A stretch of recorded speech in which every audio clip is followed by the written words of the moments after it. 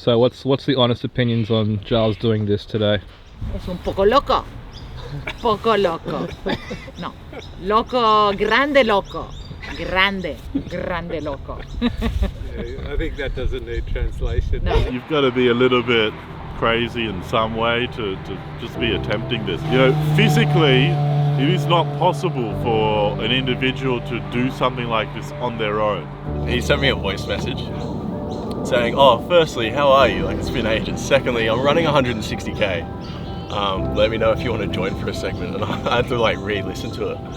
So I just didn't believe that he was going to do 160k in a day. What he's trying to do, it's a real like death sentence.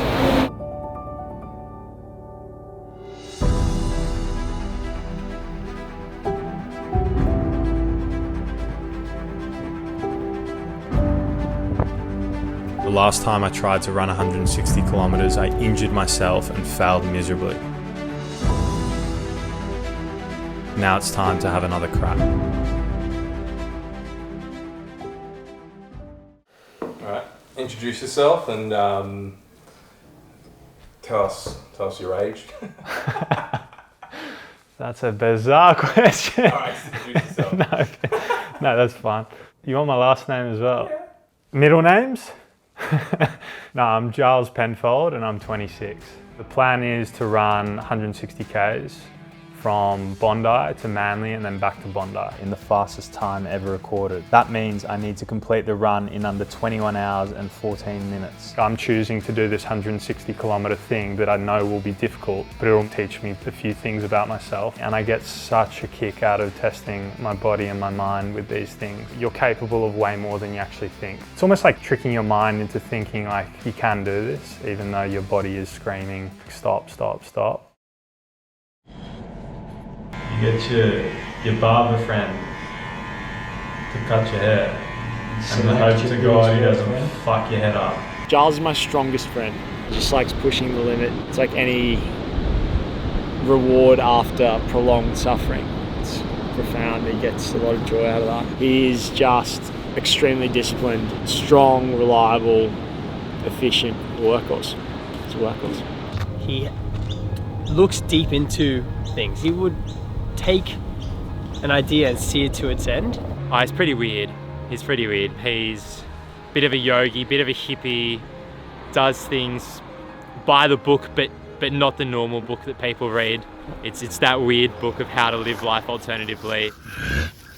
As a very naive 18-year-old, I went out and I trained basically 3 weeks, had absolutely no idea what I was doing, and went and did this 48k and like it ate me, like it chewed me up and spat me out like you wouldn't believe, but absolutely loved it. And that was kind of the hook. I found out that there were massive races up to like 100 miles. It was just such an intriguing thing. And I joined the trail running community and started to learn more about like the science of running and like how to train for ultras and the importance of like strength training and cross training, yoga, flexibility. I kind of got the proper bug.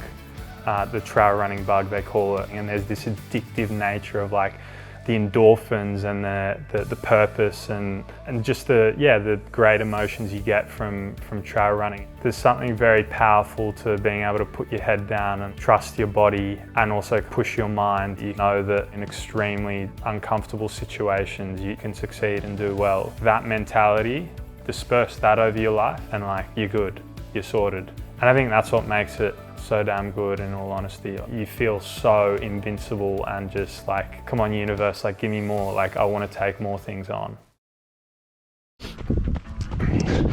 A week today I'll be running. I'll be like 8 hours in. It's pretty freaky, pretty scary, but also damn exciting. Could well be the hardest day of my life. And it's fucking weird that excites me so much. In terms of preparation, just training wise, I've been running heaps, obviously. Hitting, for example, 100 kilometer plus weeks consistently. I've been strength training a lot, three times a week in the gym, lifting reasonably heavy, which I think is massive. Number one, if you don't want to get injured with big events like this, and number two, also from like a performance perspective, I think it improves your running mechanics and all the rest of it. Other cross-training things like yoga that I do, I think that's really important. Then just like basic things like eating a lot of food and like a lot of nutrient dense food. Doing hard shit every now and again, I think like compounds to then create like a stronger mindset. Actually, it's not ice bath, but it's probably like, I don't know, 13 degrees. I reckon it's dropping by a degree kind of every few days. Knowing that like whatever's thrown your way, you can get over it. And I think choosing that is a big difference to it happening to you. Morning, things haven't been going too well. In all honesty, car broke down the other day. My partner and I separated yesterday. The strength session I did 2 days ago, I ended up doing something to my back, so that's kind of debilitating. I've spun some negative stories in my mind before of what if shit hits the fan at like kilometer 80 and I'm like, oh God, how am I gonna get back to Bondi in one piece? I do have friends pacing me and friends and family crewing me, but at the end of the day, I'm the one that needs to run the 160 Ks. This is definitely the biggest challenge he's done in terms of his running. The distance he's running today, you know, it's not, you can have long-term consequences. This is what seems like an achievable record. 160, it's his like home turf. He loves the route.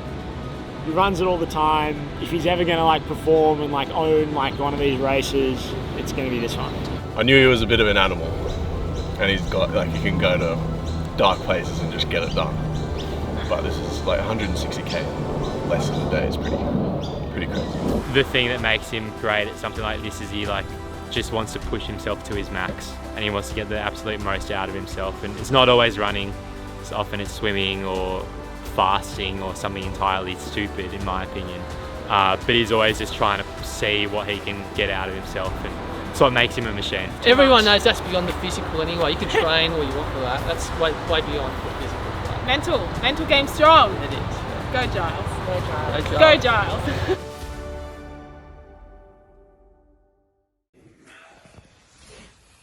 I should be, I think, let's try and leave in 10. Yeah. You're going to break the record and he'll be in the Sydney Hall of Fame. How you feeling? Very, very pumped. A little bit nervous, not that nervous to be honest.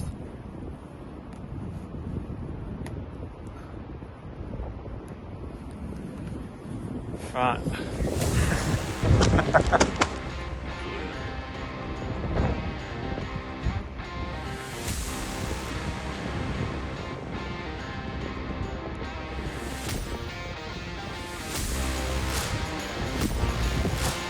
It's 12:05, just started running at Bondi. I can't believe I'm doing this. I think it still hasn't hit me in a weird way. It's like, am I really running out to Manly today? I don't know. When things get hard, it's going to be a question of just getting to the next checkpoint. Simple formula. Feeling floppy and energetic. Hopefully it stays that way. Yeah, I get to Watson's Bay, run out to South Head. From Watson's Bay to Milson's Point, I feel fluid, I feel good, nice and relaxed. I meet Eddie in the dark at probably around 4 a.m. I want to leave it on the field today. I want to leave it on the field. I've got my first pacer. He's stoked to be here with me. I'm stoked to be running with one of my best mates. Eddie made it after some complications. He's like an hour ahead of schedule. I park at Edge Cliff, find a line bike. I line bike to Circular Quay, and he's like on the bridge. I'm going to miss it, and I don't know like how to get onto the bridge. I stop. I'm like, okay, I'm Ubering to Anderson Park on the north side. See you there. Uber driver. Thought we were on the amazing race. Have a good time in making the run possible. Under 21 hours.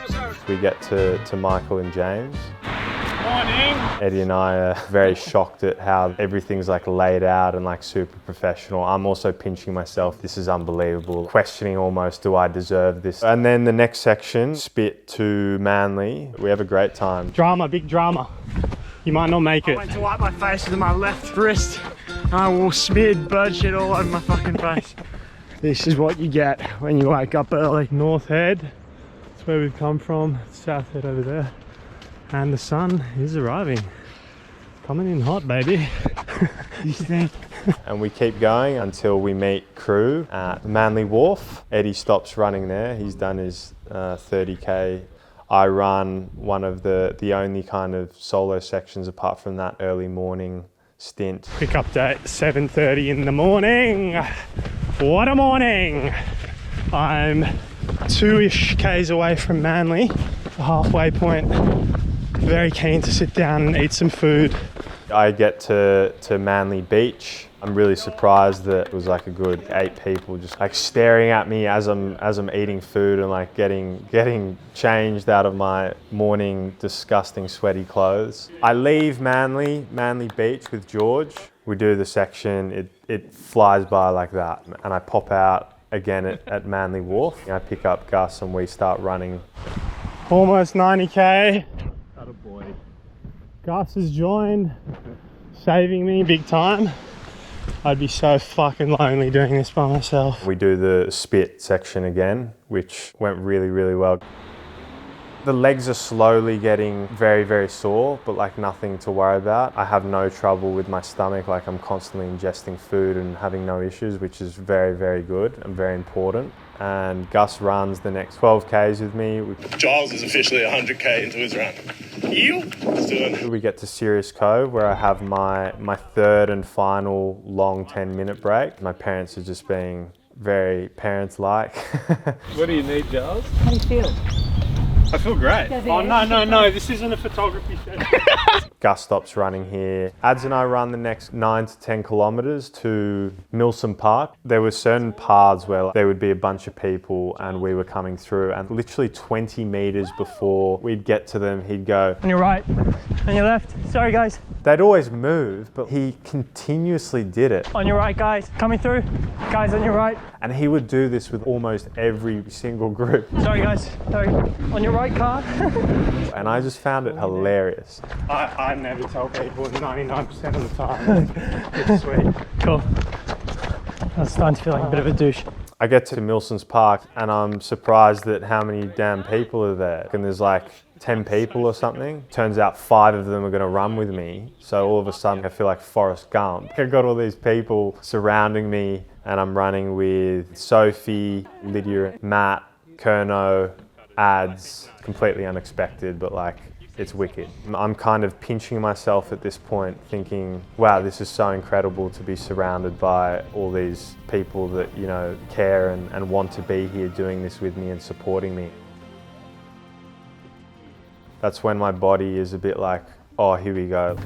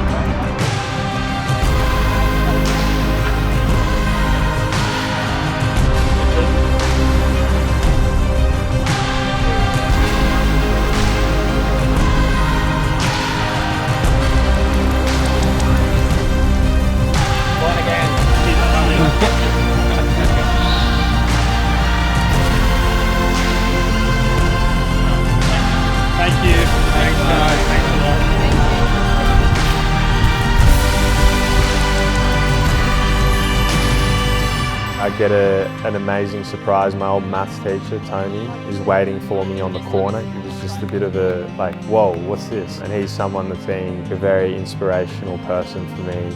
Mate, you look like you're just starting your run. Seriously? what K are you up to? 133. Are you serious? Now, how many marathons is that? I'm not good at maths, so what's that? Thank you. It's just illuminates what people can do when they go for it. You know, people are successful in different ways, they'll do amazing things. This one just stands out big time, yeah? So we leave Rose Bay, Matt leaves, I pick up a good friend Ben and make our way over to the Hermitage Walk.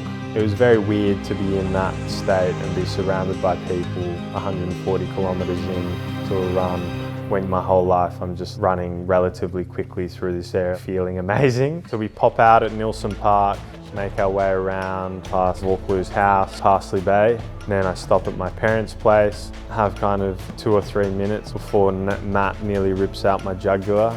Keep going. Just take a watermelon and walk up the hill and eat it and then chuck it. Run down to Watson's Bay, Lydia and Sophie say goodbye, give them a big hug and thank them for coming along and supporting. And then out to Camp Cove.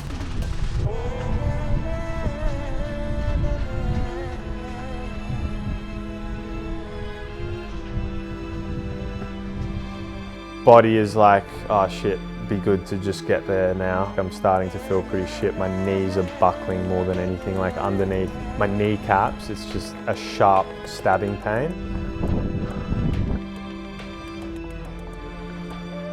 Right before Kristen Park, I get to see crew for the last time. What do you need to get you over the line? Just keep rolling. And then it's James and I running this last section together. It's probably the hardest. My knees are just getting worse and they get to a stage where this running downhill on the concrete or the footpath is just the level down to agonizing. It's just unbearable.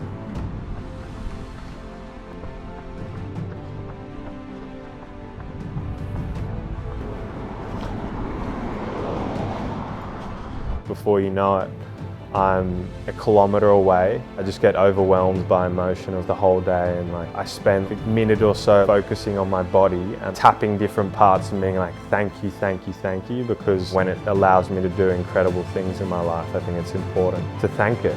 Then I'm out on the promenade.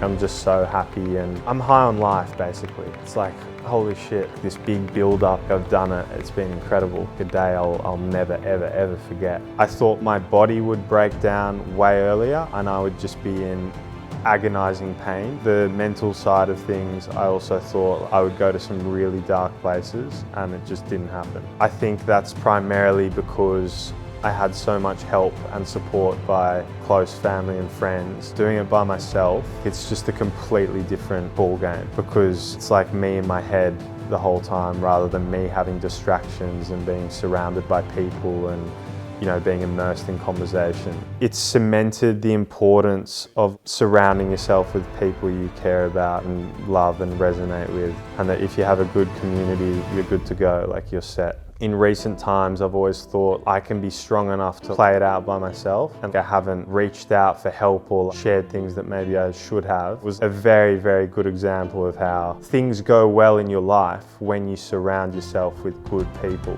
The Bondi to Manly to Bondi, initially the idea scared the shit out of me. It seems so difficult on paper, but it's really not. If you have a reason, you are going to do it.